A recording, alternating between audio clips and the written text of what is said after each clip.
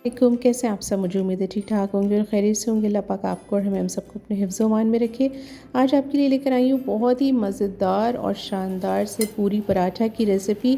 आपको पता है बकरीद का सीज़न है, कबाब टिक्के सब चीज़ें आजकल घरों में रोज़ाना बन रही हैं, इसीलिए मैं लेकर आई हूँ आपके लिए पूरी पराठे की रेसिपी, जिसको घर में बनाना बहुत ही ज़्यादा आसान है और बहुत ही कम बजट में आप ये पराठे घर पर आसानी तैयार कर सकते हैं। ये देखें कितने सॉफ्ट हैं, अंदर से बहुत ही ज़्यादा और ऊपर से बहुत मज़ेदार सी क्रिस्पी।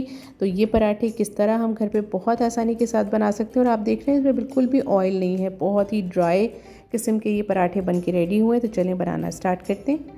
बिस्मिल्लाहिर्रहमानिर्रहीम। सबसे पहले मैंने यहाँ पर ले लिया है 1 किलो मैदा। 4 कप मेजरमेंट करेंगे तो मेजरमेंट में 4 कप हैं। और 1 टीस्पून मैंने इसमें शामिल किया है अपने टेस्ट के अकॉर्डिंगली नमक। 1/4 कप मैंने यहाँ पर लिया है कुकिंग ऑयल, जिसमें से मैंने तकरीबन 1 टेबलस्पून बचा लिया है और बाकी सारा का सारा इसमें शामिल कर दिया है।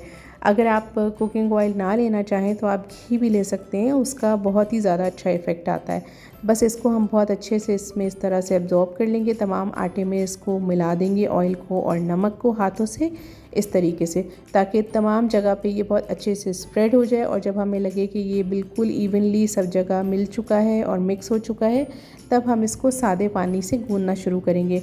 ना गर्म ना ठंडा, बिल्कुल नॉर्मल टैप वाटर आप लेंगे और उससे इसको गूंदना शुरू करेंगे। और आप इसका थोड़ा सा सख्त डो प्रिपेयर करेंगे, क्योंकि जो बचा हुआ ऑयल हमने बचा कर रखा है वो भी हमें शामिल करना है। तो उसके बाद ये आटा मज़ीद सॉफ्ट हो जाएगा, तो इसलिए थोड़ा सा सख्त डो आपको प्रिपेयर करना है। इसी तरह से आप पानी थोड़ा थोड़ा सा डालकर इसको डो को टुगेदर कर लेंगे। ये देखें अभी हमने इसको गूंदा नहीं है, हमने सिर्फ इसको टुगेदर कर लिया इस तरीके से। उसके बाद जो हमने कुकिंग ऑयल अलग से रखा था 1 टेबलस्पून बचा के, वो पूरा हम इसमें शामिल कर लेंगे। और अब हमें इस ऑयल को एब्ज़ॉर्ब करना है इस आटे में। इसको इतना गूंदेंगे तकरीबन 3 से 4 मिनट कि ये सारा का सारा ऑयल जो है वो एब्ज़ॉर्ब हो जाए और हमारा जो डो है वो सॉफ्ट सा, अच्छा सा, फ्लेक्सिबल सा रेडी हो जाए। ये देखें इस तरीके से।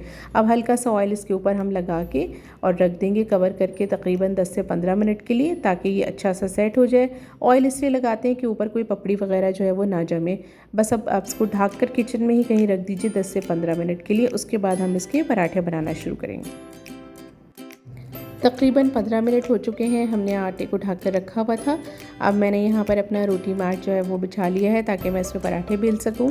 और ये देखिए माशाल्लाह से कितना स्मूथ और बहुत ही सॉफ्ट सा हमारा डो हो गया है। बस इसी तरह का डो होना चाहिए। अब इसको हम अच्छे से इसका बड़ा सा पेड़ा बना लेंगे, ताकि हमें इसके पीसेस करने में आसानी हो।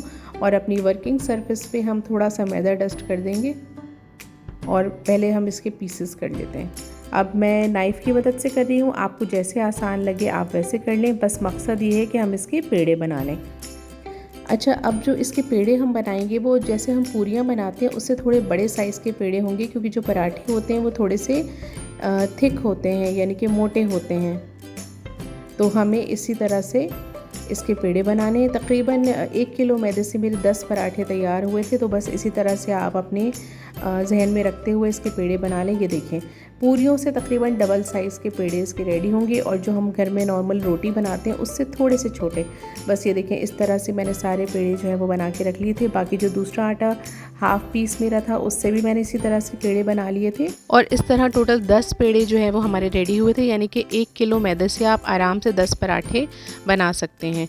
अब हमने अपनी वर्किंग सरफेस पे जो है वो मैदा डस्ट कर लिया है और एक पेड़ा उसमें से लेकर हम इसको बेलना शुरू करेंगे।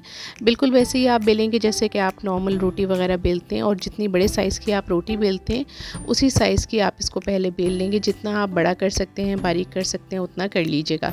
उसके बाद जब ये रोटी इस तरह से बेल जाएगी तो उसके बाद मैंने ब्रश की मदद से इसके ऊपर ऑयल लगाना शुरू किया। अगर आपने आटा गूंदते वक्त इसका घी इस्तेमाल किया है तो यहाँ पर भी आप घी ही अप्लाई कर लीजिएगा। मैंने क्योंकि वहाँ पे कुकिंग ऑयल यूज़ किया था तो मैं यहाँ भी कुकिंग ऑयल ही अंदर भी लगा रही हूँ। उसके बाद थोड़ा सा खुश्क मैदा लेके हम वो इसके ऊपर डस्ट कर देंगे, ताकि ये सब करने का मकसद ये है कि हम चाह रहे हैं कि हमारी जो पराठे हैं उनमें अच्छी सी लेयरिंग हो जाए और उनमें परतें बन जाएं।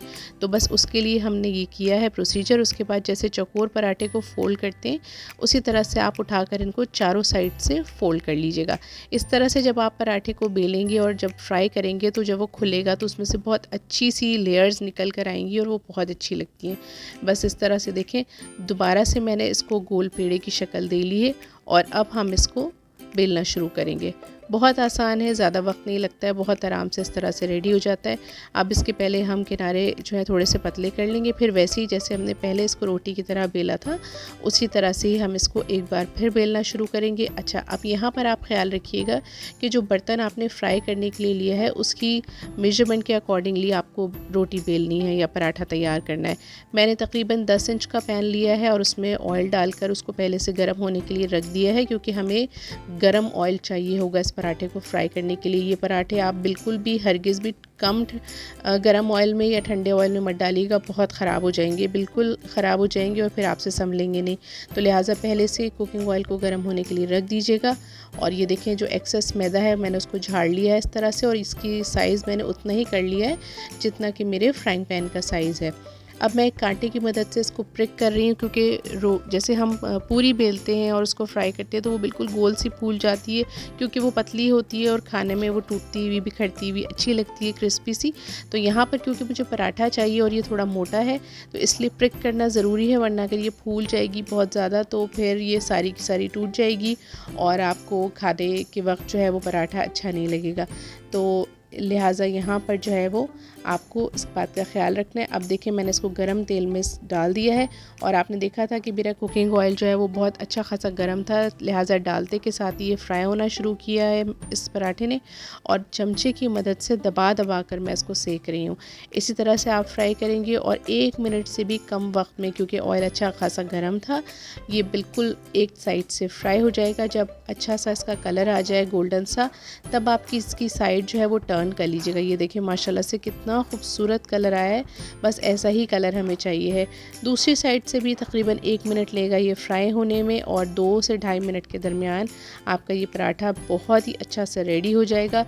गरम बिल्कुल ऑयल में डालने का एक फ़ायदा ये भी है कि जो आपका पराठा है वो ऑयल बिल्कुल भी एब्ज़ॉर्ब नहीं करेगा, और जब आप इसको निकालेंगे तो ये बिल्कुल ऐसा होगा कि जैसे कि इसके ऊपर बिल्कुल ऑयल था ही नहीं।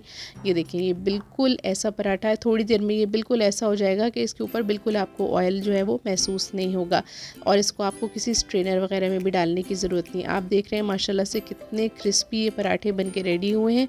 ऊपर की लेयर बहुत ही अच्छी क्रिस्पी सी है और अंदर से जब आप इसको तोड़ेंगे तो ये बहुत सॉफ्ट है, और जैसे बाज़ार के पराठे होते हैं खिंचते हुए कि आप जब उन्हें तोड़ते हैं तो वो खिंचते हैं, ऐसा बिल्कुल भी नहीं। अभी ये बहुत गर्म है, हाथ लगाना मुश्किल हो रहा है, वरना मैं आपको ज़रूर तोड़ कर दिखाती।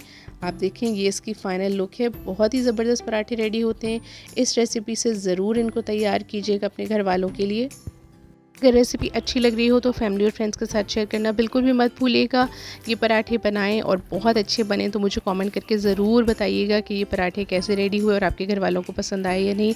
आप इनको बारबेक्यू के साथ, भुने हुए कीमे के साथ या शाम की चाय के साथ भी बनाकर खा सकते हैं, बहुत ही ज़बरदस्त लगते हैं।